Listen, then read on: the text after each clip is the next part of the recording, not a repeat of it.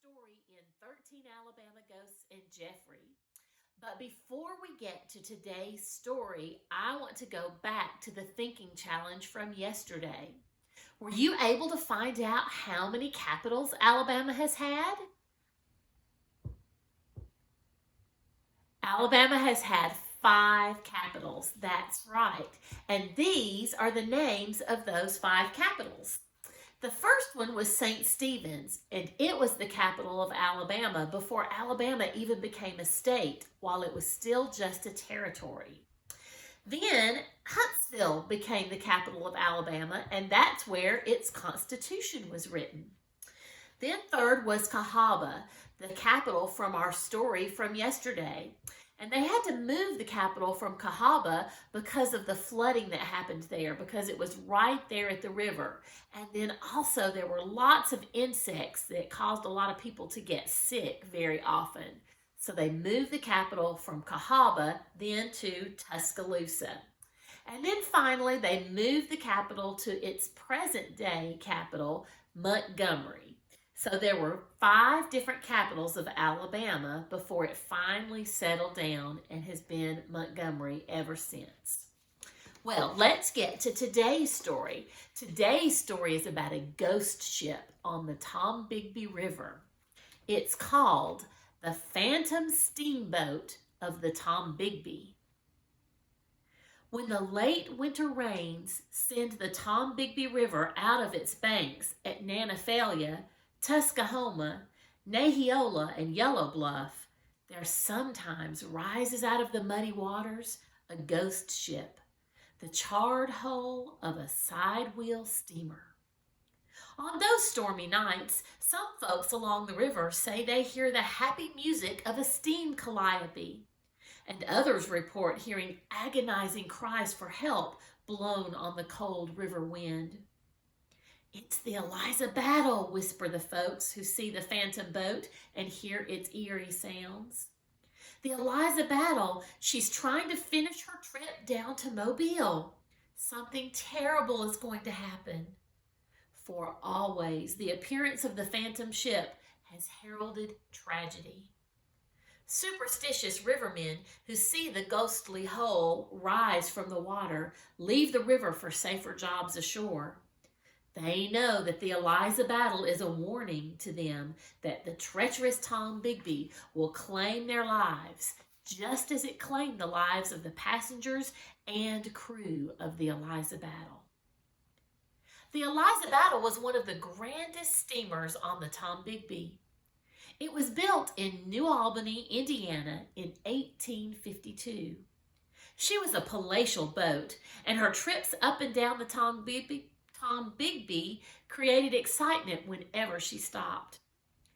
And no trip was so fine or so grand as her last, the one that began in late February 1858.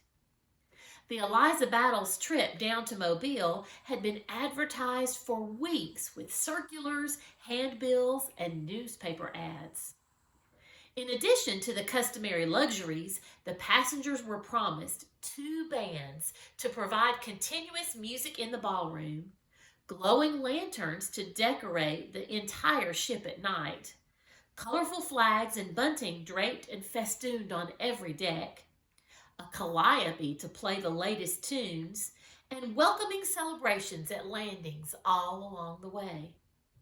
So an eager and carefree crowd of passengers was attracted aboard the Eliza Battle, bound for Mobile and the happiness of that port city. At Columbus, they began to assemble. Ladies wearing full skirts, so fashionable then, and carrying tiny parasols, chatted excitedly as they boarded the boat. Behind them came their personal maids, and behind the maids came burly porters carrying trunks and valises and hat boxes. On the wharf, the men, plantation owners all, supervised the loading of their bales of cotton. Taking the cotton down to Mobile to sell provided their excuse for this trip. Carriages came from plantations throughout the area, And each group of new arrivals sparked fresh merriment as friends and relatives who had not seen each other in many months were reunited aboard the Eliza Battle. When the last bale of cotton had been loaded and the last valise had been put into the staterooms, the band struck up a lively tune. The deep-voiced whistles sounded, and the crowd cheered as the Eliza Battle pulled away from the wharf and headed downstream. The scene was repeated on a smaller scale at landing after landing, as, up in the pilot house, Daniel Epps guided the Eliza Battle down the river toward Mobile. Crowds of people bundled in wraps as protection against the increasing cold, and they waited along the banks of the river to cheer and wave as the Eliza Battle passed, and their salutes were acknowledged by the shrill trills from the calliope. After nightfall, some spectators set off rockets and other fireworks as the Eliza Battle went steaming past. Epps, a veteran pilot, was uneasy. The high water had covered many of his navigation points, and the heavily loaded vessel was difficult to handle in the swift current. The strong and bitterly cold wind blowing rain in from the northwest added to his apprehension.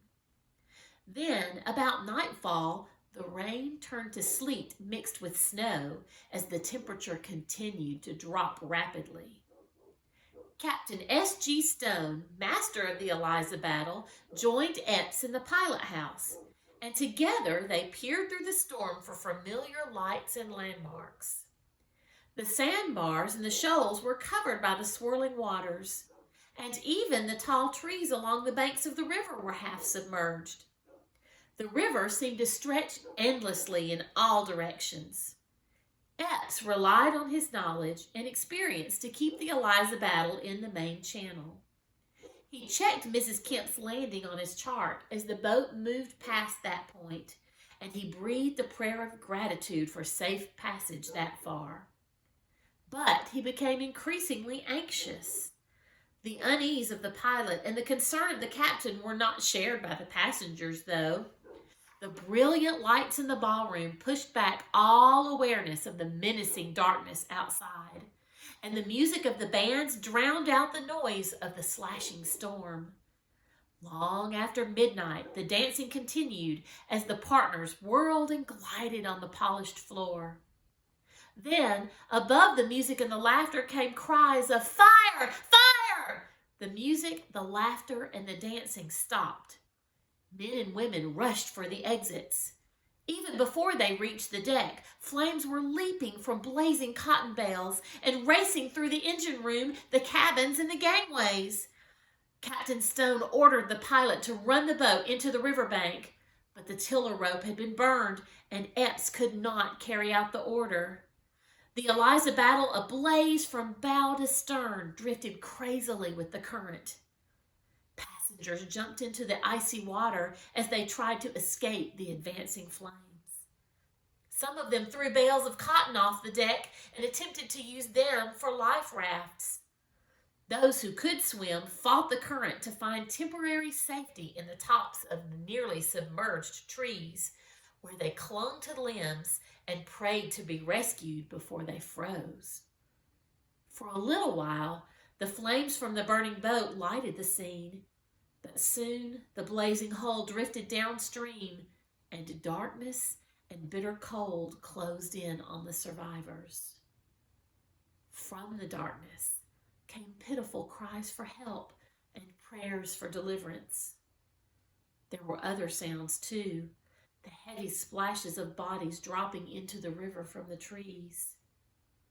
The tragedy also produced some heroes. Among them was Frank Stone, second clerk of the boat, who swam ashore carrying to safety a child of Mr. and Mrs. Bat Comrill of Mobile. He then placed a Miss Turner on a bale of cotton and guided her to the riverbank. His efforts to save her sister and her mother failed, however, for the sister froze to death in his arms, and the mother died of cold while clinging to a tree. The glare from the burning boat and the screams of the victims aroused the inhabitants of Nahiola, a landing some 30 miles below Demopolis, and they hurried to the river to give what help they could. In the group was James Eskridge, who commandeered a skiff, the only one available, and paddled through the freezing storm to rescue survivors from treetops, from floating cotton bales, and from the edge of the water. For hour after endless hour, he maneuvered the small boat through the dark water looking for survivors. Some witnesses credited him with bringing as many as 100 persons to safety.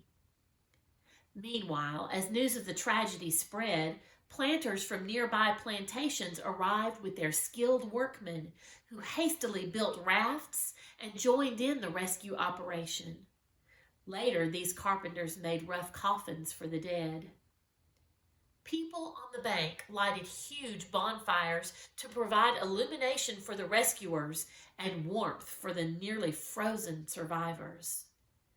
As they were saved from the river, the passengers were taken to the large home of Mrs. Rebecca Coleman Pettigrew, where the house itself and all the outbuildings were converted into a makeshift hospital for the care of the injured and ill.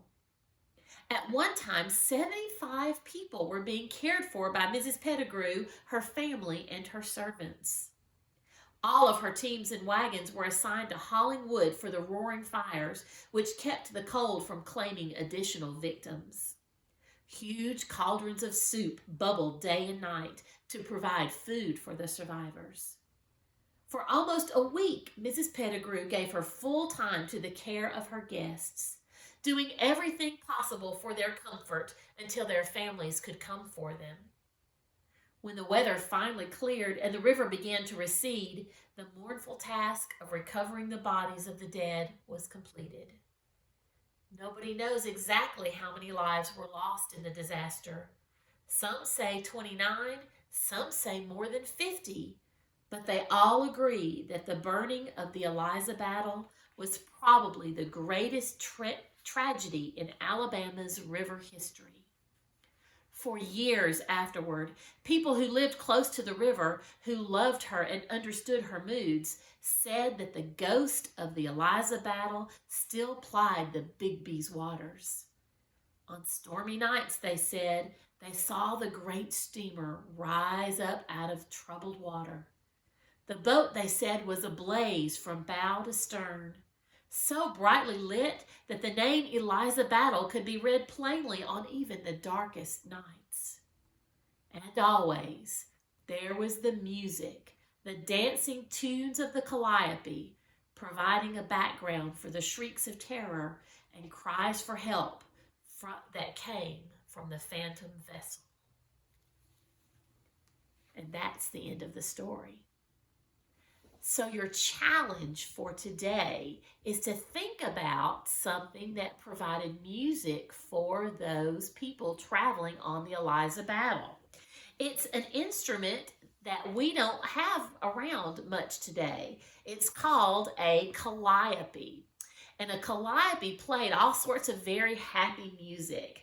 And I can just imagine how frightening it might be to see the apparition of the ship of the Eliza battle and to hear the calliope music playing, because it would not be something that would sound like normal music coming from a radio or another music source. So you would definitely recognize it as being something ghostly. But you can actually create the sound of a calliope if you have a few people who will help you out. So you need at least 3 people, but the more you have, the better your calliope will sound. So get some folks together and have them try this out with you. The first person in your calliope needs to make a sound like this.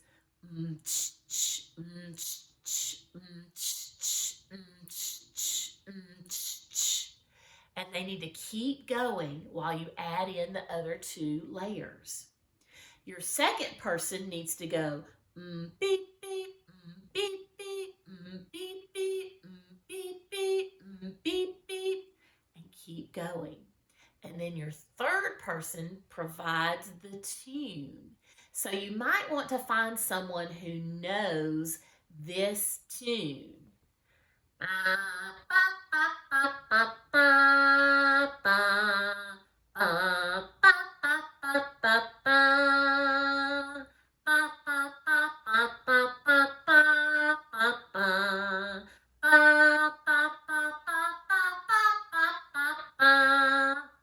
got to hold your nose like that because that's what a calliope would have sounded like.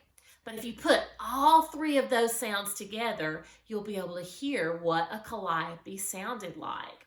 So it would be really fun. You'll probably need an adult to be able to identify that third part, that song. But some of you students out there might actually recognize it. It's a pretty common one. So I hope you have a great time making your very own calliope. Well, until next time, bye-bye.